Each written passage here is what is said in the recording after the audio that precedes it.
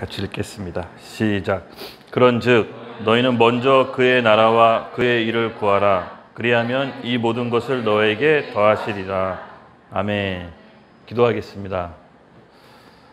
하나님 아버지, 오늘도 이렇게 하나님을 찬양하며 하나님을 예배하며 이 시간 우리가 함께 하나님을 경배하기 위해 모였습니다. 주님, 저희 예배를 받아주시고 특별히 오늘 하나님의 나라와 천국에 대해서 얘기할 때 우리의 마음속에 천국의 소망을 갖게 하여 주시옵소서. 천국은 침노하는 자의 것이라고 했습니다. 오늘 말씀 속에 담겨져 있는 하나님의 경륜과 하나님 나라에 대한 비밀들을 우리에게 알려주시고 또 빛으로 조명받아 이 땅에 사는 동안 천국을 누리며 살 수 있도록 우리에게 은혜를 허락하여 주시옵소서. 감사합니다. 오늘 예배를 올려드립니다.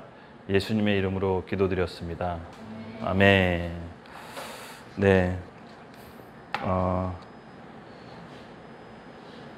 잠깐만 외칠게요.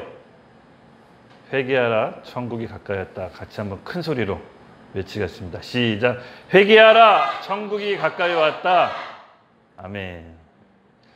여러분, 침노의 요한이 이렇게 외쳤던 말인데요. 이 회개하라, 천국이 가까이 왔다 했을 때 회개에는 두 가지 의미의 회개가 있습니다. 바로 죄에 대한 고백, 나의 죄, 그리고 삶의 방향을 내 뜻과 내 계획이 아니라 하나님의 나라로 되돌리는 돌이킴. 이 두 가지 회개가 반드시 동반돼야 됩니다. 그런 사람에게 하나님의 나라, 천국이 임하게 되는 것입니다. 오늘 사실은 이 하나님 나라, 천국에 대해서 오래전에 이 메시지를 전하기 위해서 좀 준비를 했었어요. 우리 전반기 성령으로 인도받는 삶 여태까지 쭉 했었는데 사실은 이 얘기를 하고 싶어서 성령으로 인도받는 삶을 하게 된 거거든요. 여러분, 우리 마음 가운데 오늘 하나님에 대한 천국의 소망을 갖기 원합니다. 지난번에도 얘기했지만 저와 여러분이 이렇게 함께 공동체 생활하고 같이 신앙생활 하는데 죽어서 천국에 가서 만나지 못하면 그게 무슨 의미가 있겠습니까? 그렇죠? 우리 반드시 천국에 같이 가서 예수님과 고통 없이, 아픔 없이 하늘나라에서 살아야 됩니다. 천국을 침노합시다. 원합시다. 정말 하나님을 너무나도 사랑하고 내가 갖고 있는 그 무엇보다도 더 사랑해야 천국에 갈 수가 있습니다. 오늘 그런 천국이 임하는 귀한 시간이 될 수 있도록 여러분이 같이 함께 갈급한 마음으로 들읍시다. 아멘. 잠깐 우리 천국에 대해서, 하나님 나라에 대해서 얘기하기 전에 좀 사도행전의 사도들이 했던 얘기를 좀 제가 말씀드릴게요. 이 사도행전 1장 3절인데 제가 그냥 찾아드릴게요. 그가 고난받은 후에 또한 그들에게 확실한 많은 증거로 친히 살아계심을 나타내사 40일 동안 그들에게 보이시며 하나님 나라의 일을 말씀하시느니라. 사도행전 1장 3절인데요. 예수님이 부활하시고 40일간 이 땅에 머무신 거 아시죠? 승천하기 전에 40일 동안 머무셨는데 무슨 말씀을 하셨냐? 바로 하나님의 나라에 대해 말씀하셨다고 합니다. 이 사도행전 전반적으로 사도들의 말씀, 전파를 보면요. 예수 그리스도의 십자가 복음과 더해서 하나님 나라에 대해서 얘기한다고 합니다. 그러니까 복음에 대해서 얘기한 것뿐만 아니라 하나님 나라, 곧 임할 하나님 나라, 하나님 나라에 대한 시스템, 그 천국에 누가 들어가냐? 사도들이 그걸 얘기했어요. 저는 예수님에 대한 복음만 얘기한 줄 알았더니 그게 아니었더라고요. 사도 바울은 하나님 나라를 강력하게 얘기했습니다.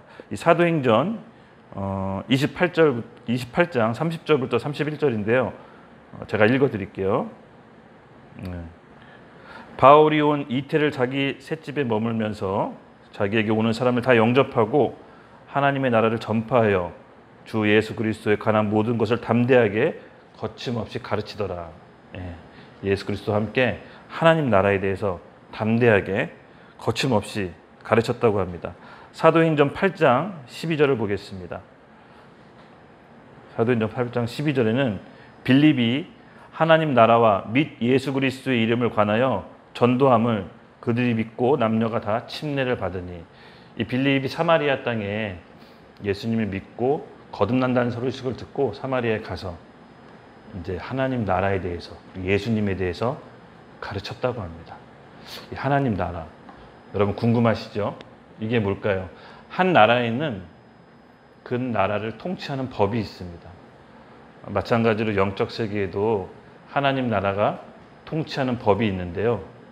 우리가 성경에서 들어봤죠. 죄와 사망의 법, 하나님이 다스리는 생명과 성령의 법. 예. 우리는 원컨 원치 않건 이 두 나라 법 아래 속해 있습니다. 영적 세계에는 보이지 않지만 엄연히 두 나라가 있습니다. 사탄이 존재하는 어둠의 법, 그리고 예수님이 존재하는 생명과 성령의 법. 우리는 그 법 아래 속해 있습니다. 세상 사람들은 이 죄와 사망의 법을 운명이라고 얘기해요. 그래서 사두팔자도 보고 여러 가지 점술도 치고 여러 가지 일들을 합니다. 근데 성경은 명확히 얘기합니다. 운명은 바꾸는 것이 아니라 빠져나와야 된다. 어린 양 예수 그리스도의 피 바를 때 그 운명으로부터 빠져나올 수 있다라고 얘기합니다. 바꾸는 게 아닙니다. 빠져나와야 됩니다. 예수 그리스도를 구주로 영접하고 죄와 사망의 법에서 성령의 법에서 옮길 때 우리에게 천국이 임하는 첫 시작이 바로 예수님을 믿을 때 시작되는 겁니다. 이 점을 우리가 명확히 알아야 됩니다. 제가 아까 우리 잠깐 제 과거 얘기 또 살짝 했는데, 제가 진짜 사업을 하고 예수님을 딱 영접하고 20대 후반에 좀 사업을 했었어요. 뭐 사업이라고 할 것까지 없죠. 그냥 어머니랑 길에서 그냥 쪽파 까고 양파 까고 뭐 그렇게 해서 좀 팔고, 그렇게 먼 돈으로 뭐 할까, 뭐 맛있는 거 먹을까, 뭐 이 정도로 그냥 생활을 했었는데, 그때 제 마음속에 있었던 게 뭐였냐면은 딱 예수님 믿고 나서 진로를 정할 때 어떤 집회를 갔던 적이 있었습니다.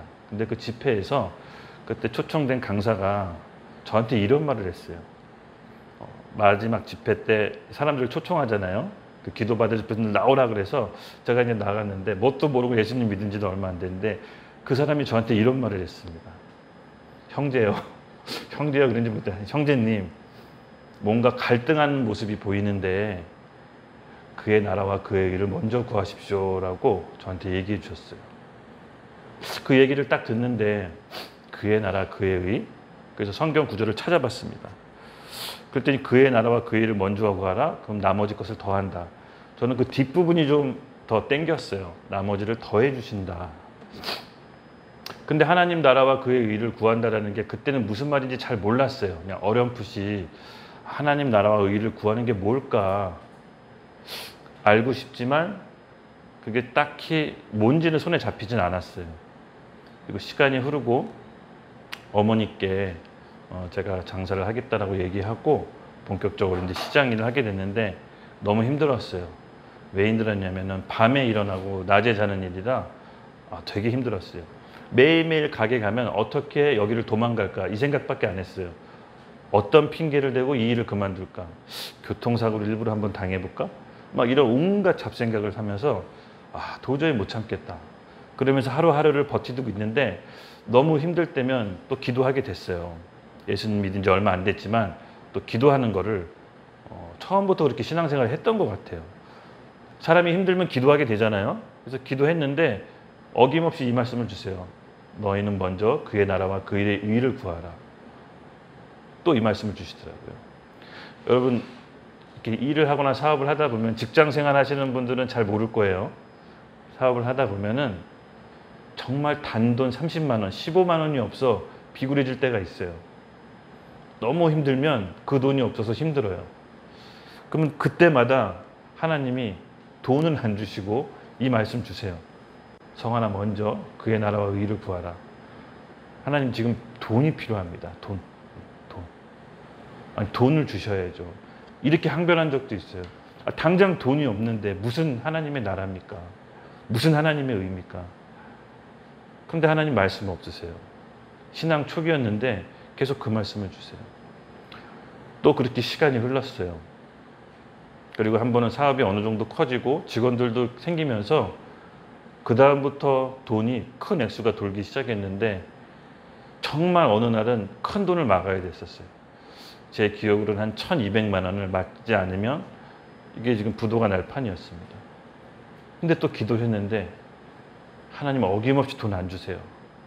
그의 나라와 그의 의를 먼저 구하라. 너무 답답해가지고 아니 하나님 돈을 달라고 해. 돈을 주셔야지.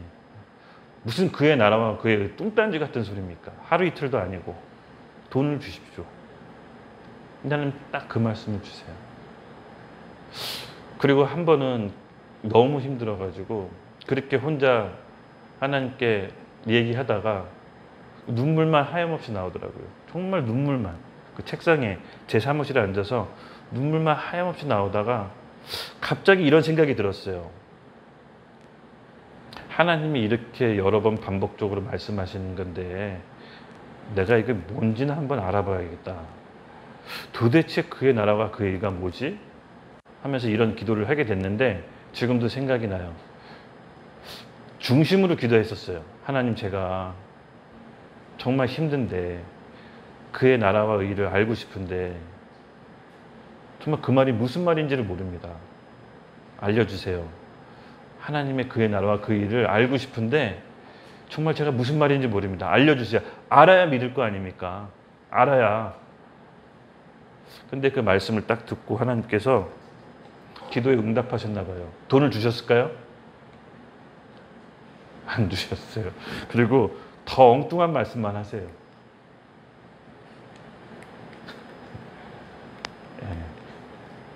이 말씀을 주시더라고요.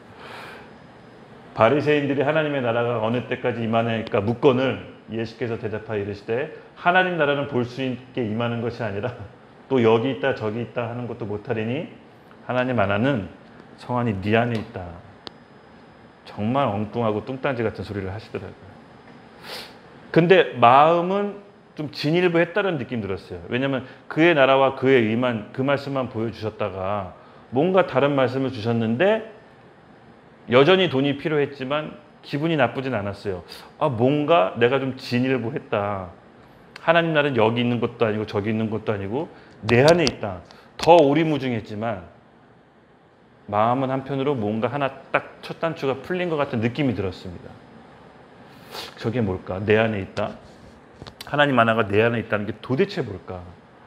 나는 지금 지옥 같은데 단 3일만이라도 단 일주일만이라도 빚독촉을 안 받았으면 좋겠는데 단 3일만이라도 자리 뻗고 잘 수 있겠는데 도대체 이게 무슨 뚱딴지 같은 소리인가? 제가 더 오리무중했지만 그래도 끝까지 한번 가보기로 했어요. 그의 나라와 의를 구하면 그 나머지 다 더한다고 했으니까 끝까지 한번 가보자. 이참에 하나님을 한번 경험해보자. 그리고 나서 더 기도했습니다. 하나님 나라가 내 안에 있다고 했는데 내 안에 있는 게 정확히 뭔지 알려주세요. 제가 알면은 구하겠습니다. 다른 거 다 내팽개치고 망하더라도 그의 나라와 의를 먼저 구할 테니 알려주십시오. 라고 구했습니다. 그리고 며칠이 지나고 희한하게 그 돈을 막지 않아도 뭔가 사정을 좀 봐줬었어요. 은행에서. 그리고 나서 하나님이 다음 말씀을 넘어주셨어요. 로마서 14장 7절인데 하나님의 나라는 먹는 것과 마시는 것이 아니요 오직 성령 안에 있는 의와 평강과 희락이라. 한 단계 더 진일보해 주시는 말씀을 주시더라고요. 이때는 진짜로 믿은 지 얼마 안 됐지만은 하나님의 말씀이 저한테 말씀해 주시지 않으면 살 수가 없을 것 같았어요. 그래서 기도했었거든요. 근데 이게 보니까는 하나님의 나라는 오직 성령 안에서 의와 평강과 희락이라. 그래도 여전히 문제는 해결되지 않았지만 이렇게 말씀해 주시는 게 나쁘지만은 않았어요. 하나님이 진짜로 내 말을 들으시는 것 같고 처음으로 대화하는 것 같이 느껴졌어요. 말씀을 나를 이렇게 이끄신다는 걸 알았어요. 내 힘든 거를 지켜보고 계시다는 게 느껴졌어요. 내가 힘든 거를. 그래서 매일같이 회사 가면은 이번엔 누구한테 전화를 할까? 누구를 만날까? 누구한테 도움을 청할까? 이 말씀을 봤는데 그게 끊겨졌어요. 그냥 한번 가보자. 하나님을 한번 그의 나라와 의를 한번 끝까지 구해보자. 그리고 말씀에서 기도했습니다. 그리고 하나님이 저한테 말씀해 주셨어요. 하나님의 나라는 내가 성령께 통치함 받고 매일매일 기도의 자리로 나아가 성령님의 음성을 듣고 그 말씀에 청종하는 게 이미 내가 이 과정을 겪고 있는 게 하나님의 나라가 이미 내가 거하고 있다는 거. 그리고 여러분, 이건 실제 제가 사실인데 거짓 없이 하나 보탤게요. 그리고 나서 아주 오래전에 잊혀졌던 재판이 있었어요. 아주 오래전에. 제가 한 어떤 업체에서 물건값을 한 1,400만 원을 뜯긴 적이 있는데 그걸 소송을 했었는데 제가 졌었어요. 그리고 두 번째 소송이 있을 때 제가 이겼었어요. 그게 한 1년 반이 지나서 잊혀졌었어요. 잊혀졌는데 나를 돈을 띄어먹던 사장이 전화가 왔었어요. 대법원에서 3심하자는 항고, 그 사람이 항고했는데 갑자기 나한테 정말 나는 잊어먹고 난 그 돈을 포기하고 있었는데 합의를 보자고. 몸에 전율이 흘렀어요. 몸에 전율이. 그의 나라와 의를 구하는 게 이거구나. 내가 하나님 나라의 성령의 통치를 받는 거구나. 내가 그 돈을 구하려고 매일같이 기도했었어요. 오늘은 어디서 구해야 됩니까? 오늘은 어디서 구해야 됩니까? 누구한테 부탁을 해야 됩니까? 전혀 뚱땅지 같은 얘기만 하셨어요. 이게 무슨 먹는 것고 마시는 것이 아니고 우리 안에 있다라고 하는데 그 말씀이 저한테 너무 괴리감이 느껴졌지만 뭔지는 모르지만 믿고 가기로 했어요. 그리고 정말 거짓말처럼 일주일 후에 그 사장님 두 분이 동업자가 오셔가지고 받을 돈이 1,400만 원인데 1,200만 원에 합의 보자는 거예요. 1,200만 원 합의 보자. 여러분, 하나님은 우리의 기도를 들으세요. 우리가 먼저 그의 나라와 그를 의하는 것을 경험하셔야 돼. 경험하셔야 돼. 우리는 생각이 너무 많아요. 그렇죠? 우리의 옳은 소견도 많고 우리 계획이 너무 많은데 제가 알았어요. 하나님의 나라는 머리 드신 그리스도의 통치를 받는 거구나. 내가 머리가 살아있으니까 그리스도가 날 통치할 수 없다는 걸 알았어요.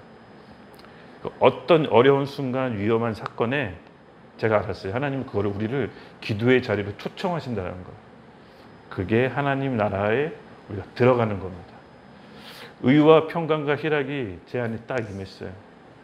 돈을 안 주시는 게 아니라 주셨어요. 그리고 그 후에도 숱한 어려움이 있었어요. 그때마다 이 말씀을 주시고 저를 다스렸어요. 제가 그의 나라와 그의 의를 구하라. 마태복음 6장 33. 오늘 내가 하나님께 통치를 받으셔야 돼요. 마태복음 휴지 좀 주세요.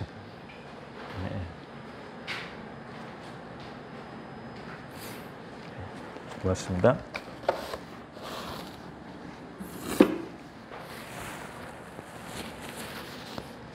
어려운 순간에 이렇게 하나님이 말씀을 주시고 그 말씀을 통해서 내가 처음엔 받아들이지 못하고 씨름했지만 결국은 하나님이 옳았던 거예요. 하나님이 옳으세요. 내가 바뀌어야 된다는 걸 알았어요.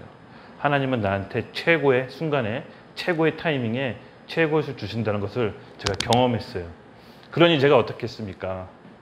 하나님한테 올인하지 않았겠습니까? 올인하는 거예요. 하나님과 제가 올인하는 사이가 됐어요. 그 후부터 저는 더 어려운 순간이 왔지만 성경책을 펴고 이제 골방에 들어갔습니다. 또 하나님이 나한테 큰 복을 주시기 위해서 이 어려움을 허락하셨다라고. 우리는 이 어려움이 들면 너무나 힘들고 어렵지만 여러분, 그것이 하나님이 우리를 초청한다는 걸 아셔야 돼요. 더 성숙과 더 영적인 축복을 위해서 그 어려움을 우리에게 허락하신 겁니다. 설사 우리의 실수라도 우리의 죄일지라도 그것을 하나님 허락하신 이유는 더 큰 하나님의 복을 주시기 위해, 그걸 통해 하나님을 더 알기 위해. 돈이 문제가 아니에요. 사람이 문제가 아닙니다. 내가 변해야 됩니다. 우리가 하나님의 통치를 받기 위해서는 내가 변해야 됩니다. 그렇게 그의 나라와 의를 먼저 구하라는 그 말씀을 시작해서 제가 나이가 먹고 어려움을 겪으면서 하나하나 그 말씀의 뜻의 의미를 요즘도 풀어주세요. 요즘도 풀어주세요. 요즘은 자기를 부인하라는 말씀으로 풀어주세요. 하나님의 통치를 받기 위해서는 머리 대신 그리스도가 우리 주인이 되셔야 되는데 우리가 성령으로 인도함 받지 않고서는 절대 하나님 나라의 통치를 받을 수가 없습니다. 그래서 하나님께서 요새 주신 거는 자기를 부인하고 자기 십자가를 지고 나를 따르라. 참으로 신기한 건데 한 말씀을 붙잡고 청년 시절에 나한테 주셨는데 그 말씀의 뜻과 원래 감춰진 만나처럼 그 계시들이 요즘도 풀어지고 있어요. 요즘도. 마태복음에는 천국이란 말로 표현했지만 36번이 나옵니다. 근데 나머지 4복음서, 마가복음, 누가복음 보면은 하나님 나라라고 얘기해요. 같은 의미예요. 같은 의미. 킹덤 오브 갓. 하나님이 다스리는 나라. 하나님께서는 우리를 다스리고 싶어 해요. 지금도. 여러분, 하나님이 원래는 이스라엘 백성을 택하셔서 이스라엘 백성을 직접 통치하고 싶었어요. 원래 하나님 마음은 이스라엘 백성을 직접 다스리고 싶어 했는데 여러분 잘 알다시피 이스라엘 백성은 그래서 거부했습니다. 하나님이 직접 다스리는 것보다 옆 나라, 더 부강한 나라의 왕들이 다스리는 걸 보고 우리도 왕, 직접 대면할 수 있는 왕, 하나님 말고요. 보이지 않는 하나님 말고 직접 만나고 대화하고 우리가 소통하고 우리를 지켜줄 수 있는 왕을 달라고 얘기를 했어요. 하나님 들어주셨어요. 사울이라는 왕을 허락하셨어요. 근데 하나님의 본뜻은 그게 아니었어요. 하나님이 직접 다스리는 나라였어요. 뭘로요? 율법으로. 율법으로 이스라엘 백성의 왕으로서 이스라엘을 직접 다스리기 원하셨는데 실패했어요. 이스라엘 백성의 우상숭배로. 직접 눈에 보이는 거 만질 수 있고 대화할 수 있는 왕을 더 원했어요. 그게 더 좋아 보였기 때문에. 근데 하나님께서는 그들의 백성의 말을 들어주시고 왕을 세우셨습니다. 아시다시피 첫 번째 왕 사울은 실패했습니다. 그나마 다윗이라는 두 번째 왕이 하나님의 마음과 합해서 이스라엘 전체를 통일하고 하나님의 나라로서 대리 통치하기 시작했습니다. 차선책이었어요. 사실은 하나님이 직접 통치하기를 원하셨어요. 여러분, 이스라엘이라는 나라를 통해서 하나님이 직접 통치하시고자 하는 하나님 나라를 실패했지만 그래도 하나님께서는 오늘날 교회를 통해서 우리 가운데 직접 통치하기를 원하십니다. 교회 시대에 우리의 주인은 누구죠? 바로 성령님. 네, 성령님입니다. 예수님이 교회의 머리시지만 지금 하늘 보좌 위에 계시죠? 즉 우리 안에 계신 분이 성령님이십니다. 그러므로 우리가 지금 성령님의 통치를 받아야 하나님 나라가 우리 가운데 임하게 됩니다. 문제는 우리가 하나님의 말씀과 법을 다 지킬 수 있느냐? 그게 어렵다라는 겁니다. 그게 어려워요. 알다시피 여러분 이스라엘 백성에게 율법을 주셨는데 이스라엘 백성이 다 율법을 지켰습니까? 그렇지 못했습니다. 율법은 다 지킬 수가 없습니다. 율법을 지키는 건 불가능했습니다. 근데 어쨌든 그때 당시에는 율법을 지켜야 하나님 앞에 의롭게 될 수가 있었는데 그것이 불가능했습니다. 그럼 하나님이 율법을 왜 주셨나요?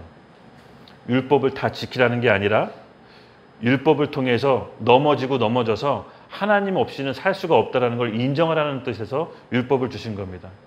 성경에 보면요. 당대 의인들이 나와 있어요. 하나님이 당대 의인이라 칭한 사람들이 있어요. 대표적인 사람 누구죠? 누구요? 예, 노아. 예. 마리아의 남편 요셉 아세요? 저는 요셉 보면은 마음이 찡해요. 마리아의 남편. 왜냐하면 참 성품이 괜찮은 사람이었던 것 같아요. 괜찮은 남자인 것 같아요. 남자가 보기에도 참 괜찮은 남자인 것 같아요. 자기 약혼녀가 결혼한 여자가 임신을 했잖아요. 근데 그 임신한 여자가 어쨌든 자기와 잠자리를 하지 않았는데 애를 뵌 거기 때문에 열이 받을 수가 있고 항변할 수도 있고 따질 수가 있었는데 그렇게 하지 않았어요. 조용히 마리아를 위해서 결혼을 없던 걸로 하려고 그랬어요. 근데 그런 의로운 행동을 보시고 하나님이 의롭다라고 여겨줬어요. 그때 당시 흠이었거든요. 저 같아도 그때 당시 문화였으면 결혼할 여자가 임신해 있으면은 도대체 누구 남자냐 애냐라고 하고 동네방네 떠벌리고 돌파매질을 했을 것 같은데 그렇게 하지 않았어요. 마리아를 사랑했어요. 인간적으로 누구의 남자 애인지는 모르겠지만 그 마리아를 위해서 조용히 접으려고 했어요. 그런데 하나님이 그 요셉의 행동을 의롭게 봐주셨어요. 그리고 그것 때문에 그 믿음을 보고 여러분 아시다시피 그리스도의 계보를 잇게 돼요. 그렇다고 해서 요셉이 모든 죄를 다 안 어기고 율법을 다 지켰을까요? 그렇지 않습니다. 율법을 다 지킬 수는 없었습니다. 근데 왜 하나님이 율법을 요구하셨냐? 율법을 지키려고 하는 그 마음. 내가 율법을 다 지킬 수 없지만은 하나님 앞에 의롭게 살고 싶은 그 마음. 그 마음을 받으신 거예요. 우리가 율법을 다 지킬 수는 없습니다. 하지만 적어도 죄를 지었을 때 우리가 아파하고 양심의 가책을 느껴서 하나님께 엎드리는 그 마음이 있어야 됩니다. 그 사람을 보고 하나님이 의롭다고 여겨주시는 겁니다. 죄를 다 하나도 없어서 의롭다고 여겨주시는 게 아니다. 그랬을 때 그의 의를 구하는 겁니다. 하나님 나라는 지금 내게 성령께서 말씀하시고자 하는 것들을 듣고 순종하며 나아갈 때 내가 다 지킬 수 없지만, 내가 다 행할 수는 없지만 그것을 지키려고 애쓰면서 다하는 마음이 바로 그의 의를 이루는 겁니다. 이것도 말씀해 주신 지 깨달은 지 얼마 안 됐어요. 비록 하나님께서 이스라엘 나라를 통해서 그 이스라엘을 직접 통치하셔서 복을 주셔서 이방 나라 가운데 복을 베풀어 주시려고 했지만 실패했습니다. 하지만 우리가 그것을 통해 알 수 있는 것은 하나님 나라는 지금 우리를 통치하고 싶고 우리 가운데 성령을 주셔서 우리가 성령으로 인도함 받을 수 있도록 지금도 말씀하신다는 겁니다. 우리가 필요한 거, 우리가 부족한 거, 연약한 거 하나님 다 아십니다. 하지만 그 연약하고 필요하고 부족할 때 내가 성령께 통치함을 받으려 주님의 말씀을 청종하려 나가는 사람, 그 사람을 의롭게 보시고 말씀으로 인도해 주세요. 말씀을 주세요. 빛으로 말씀을 조명해 주세요. 그리고 그 말씀을 소중히 여기고 그 무엇보다도 사랑하는 사람들에게는 그 말씀을 우리 가운데 이루게 하십니다. 이루시면 우리 앞에 현실적인 문제도 기가 막히게 놀라운 방법으로 풀려요. 이거를 경험하셔야 됩니다. 이거를 경험하셔야 됩니다. 그게 바로 하나님의 통치를 받는 겁니다. 우리가 혈기 부린다고 되는 게 아닙니다. 우리가 내 옳은 생각을 주장한다고 되는 게 아닙니다. 하나님께 내 자신을 부인해야 됩니다. 근데 좀 경험담인데요. 제가 한 4년 됐을 거예요. 한참 복음에 대해서 열정적이고 막 한참 복음에 대해서 얘기하고 다닐 때 그때 어떤 한 교회 형이 자기 직장 동료 중에 얘를 꼭 전도했으면 좋겠는데 서한이가 와서 너가 좀 전도해줘라. 근데 얘가 동성애자다 이렇게 얘기해 줬어요. 동성애자다. 근데 제가 성경을 막 찾아봤어요. 동성애는 죄라고 나와 있더라고요. 알겠습니다. 제가 만나러 가겠습니다. 솔직히 복음을 전해서 그 사람이 동성애라는 게 죄라는 것을 깨닫게 해주고 싶어서 너무 앞섰었던 것 같아요. 열정이. 그래서 그분하고 같이 차 마시고 영화를 보고 동성애가 왜 죄인지를 성경을 찾아서 얘기해 줬어요. 근데 그렇게 얘기하고 있는데 그 사람이 한마디도 저한테 안 하더라고요.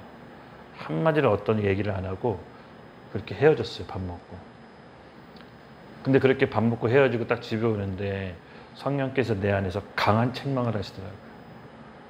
마음이 너무 무겁고 이 땅에 털썩 주저앉는 기분이 들었어요. 하나님, 제가 옳은 말을 했는데 왜 제가 이 마음이 듭니까? 하나님, 동성애를 죄라고 했는데 제가 뭘 잘못했습니까? 하나님께서 이 얘기하더라고요. 너 숨겨준 죄가 저 사람 동성애보다 더하다.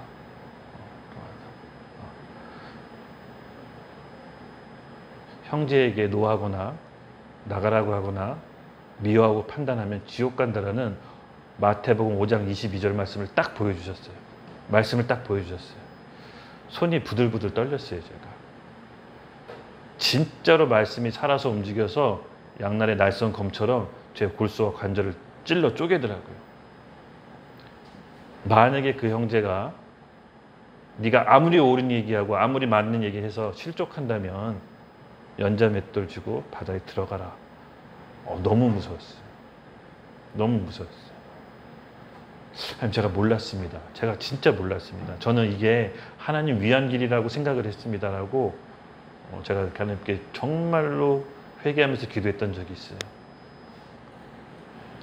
근데 여러분, 내가 여기서 얻었던 건 뭐냐면은 우리가 아무리 옳은 소견이라도 내 주장이 맞더라도 성령께 물어보고 성령께서 허락하시는 말만 해야 된다. 그게 맞는 말이라 할지라도 그렇지 않으면 그 성령의 통치를 받는 게 아니다. 너가 하나님의 나라가 의가 임할 때는 의와 평강이 희락이 있어야 되는데 의와 평강 희락이 씨 얘기했냐? 아니면 네가 옳은 주장을 그 사람한테 얘기했냐? 이 말씀을 딱 책망해 주셨어요. 제가 그때 완전히 배웠어요. 완전히 배웠어요. 그게 아무리 옳더라도 성령께 기도해보고 하지 말라고 하면 하지 않는 거다. 그 후로 계속해서 그와 같은 죄를 또 계속 반복해서 졌어요. 근데 그전에는 그렇게 졌을 때 내가 하나님께 좀 인정하는 시간이 좀 길었다면 이제는 바로바로 짧아졌습니다. 왜냐하면 진짜 성령의 통치를 받고 내 안에 하나님이 임하는 것이 뭔지 알았기 때문에 내가 안에 성령이 떠난다면 제가 잠시라도 살 수 없다는 걸 알았습니다. 이렇게 우리는 성령을 따라 쫓아함 받아야 하나님의 나라가 우리 가운데 임하는 것입니다. 하나님의 나라는 먹는 것과 마시는 것이 아니라 우리 안에 임하는 것입니다. 제가 여러분한테 오늘 말씀드리려고 하는 것은 바로 이 하나님의 성령의 통치를 받기 위해서는 우리가 해야 되는 것이 분명히 있습니다. 저도 얘기했지만 기도입니다. 기도의 자리에 나가야 하나님이 주시는 음성과 그 음성에 순종할 수 있고 통치를 받을 수 있습니다. 생각해 보니까 제가 좀 놓치고 있었던 부분이 있었던 것 같아요. 우리가 기도의 자리를 사수합시다. 하나님하고 깊은 교제 가운데 주님이 오늘 우리에게 주시는 말씀을 받아냅시다. 그 받아낸 말씀으로 우리가 순종할 때 하나님의 나라와 의를 이룰 수가 있습니다. 그렇게 하나님 나라와 의를 이루는 사람이 이 땅에 오는 천년왕국에 들어갈 수가 있는 겁니다. 예수님의 사복음서에 말씀하시고 있는 천국을 여러분 가만히 한번 보세요. 다음 주부터는 사복음서에 있는 천국의 비유, 천국은 이러하다, 하늘나라는 이러하다는 말씀을 그 비유된 말씀을 같이 풀어드릴 텐데 예수님께서는 잘 보시면 죽어서 가는 천국을 얘기하고 있는 게 아닙니다. 바로 예수님과 함께 이 땅에 임하는 천국을 얘기해요. 그리고 이 땅에 임하는 천국에 누가 들어갈 수 있는지를 얘기해 주시고 계세요. 우리 안에 이미 천국에 임한 사람이, 즉 성령의 통치를 내가 현재 지금 받고 있는 사람이, 내가 천국에서 살고 있는 사람이 다시 오시는 예수님과 함께 오는 새하늘 새 땅에 들어갈 수 있다는 얘기를 계속 하고 계시는 거예요. 사람들이 못 알아들으니까 비유로 얘기하시는 거고 더 풀어서 얘기하시는 거예요. 사랑하는 제자들에게 더 깊게 얘기해 주세요. 근데 예수님이 부활하시고 승천하기 전에 40일 동안 말씀하신 게 하나님 나라에 대해서 얘기하시는 거예요. 그 나라 누가 들어가고 어떻게 임할 건지를 얘기해 주세요.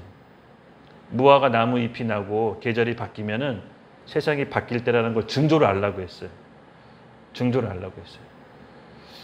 여러분, 지금 오늘날 우리가 사는 시대가 어떻습니까? 선교사님들의 간증을 들어보면 무슬림의 중동 지역에 엄청나게 많은 숫자가 돌아오고 있습니다. 그리고 우크라이나 전쟁이 언제 끝날지 모르겠어요. 일본의 화살이 폭발한다라고, 또 중국과 대만이 싸운다 그러고, 또 지금 보니까는 돈을 너무 많이 찍어내서 인플레이션이 언제 터질지 모른다고 합니다. 며칠 전에 폭우 보셨죠? 저는 물레역이 그렇게 잠긴 거 처음 봤어요. 하나가 기도하더라고요. 이틀 동안 밤에 비 안 오게 해달라고. 근데 정말 오늘 비가 안 오더라고요. 예상할 수 없는 시대로 들어갔습니다. 무화과 나무 잎이 나오면 알라고 했습니다, 예수님이.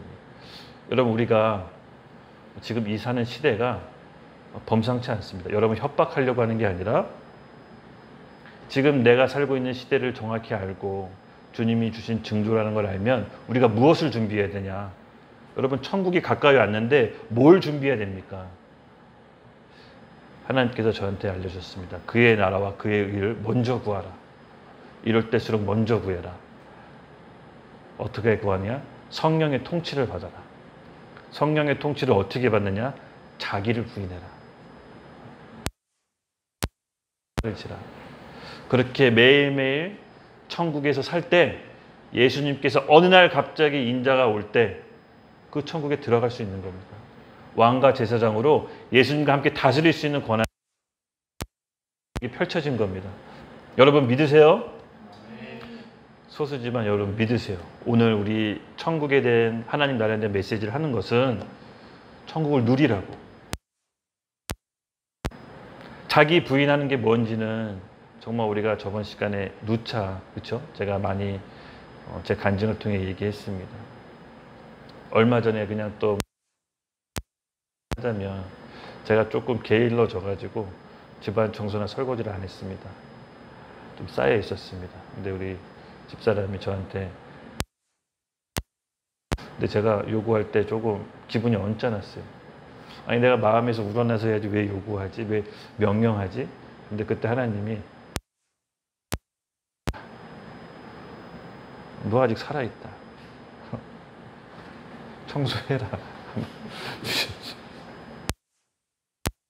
싹 다 설거지를 해놨습니다. 청소랑. 그것뿐만 아니야. 아주 사소한 거.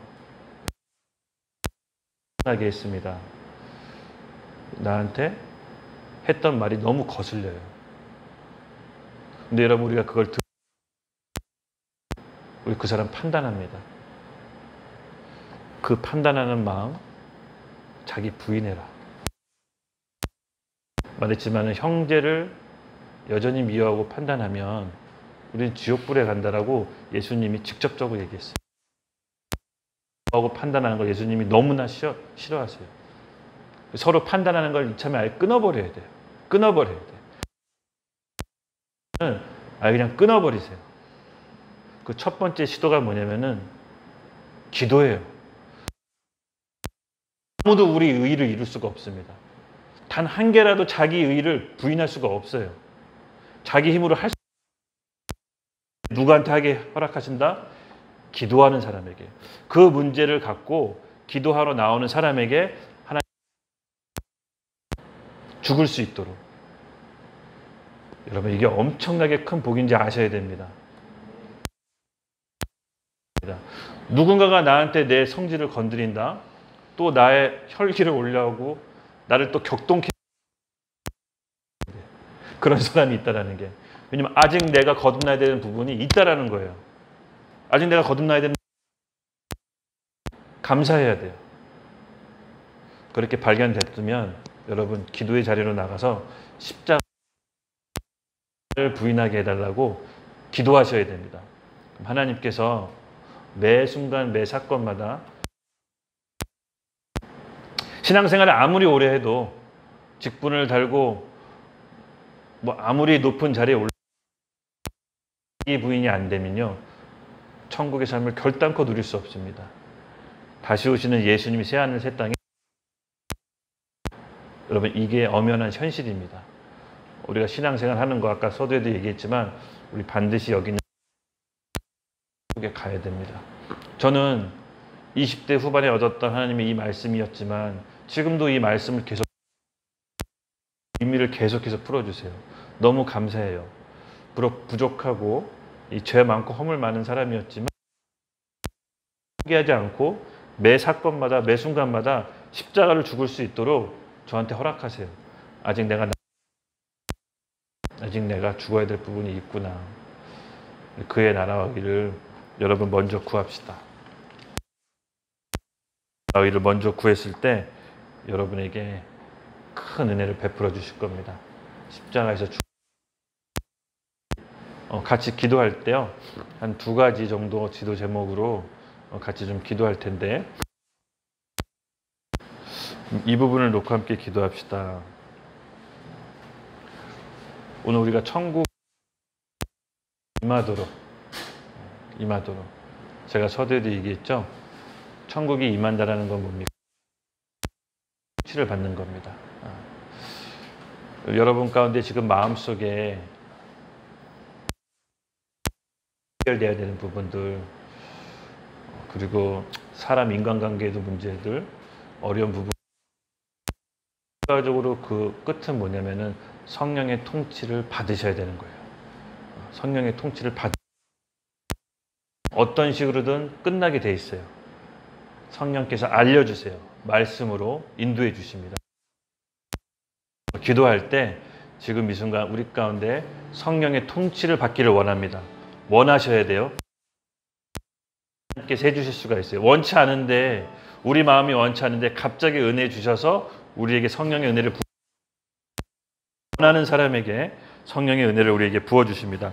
우리 같이 주여 크게 한번 외치고 성령의 통치를 받게 해달라고 우리 기도하면서 나아갑시다. 주여 크게 외치겠습니다. 주여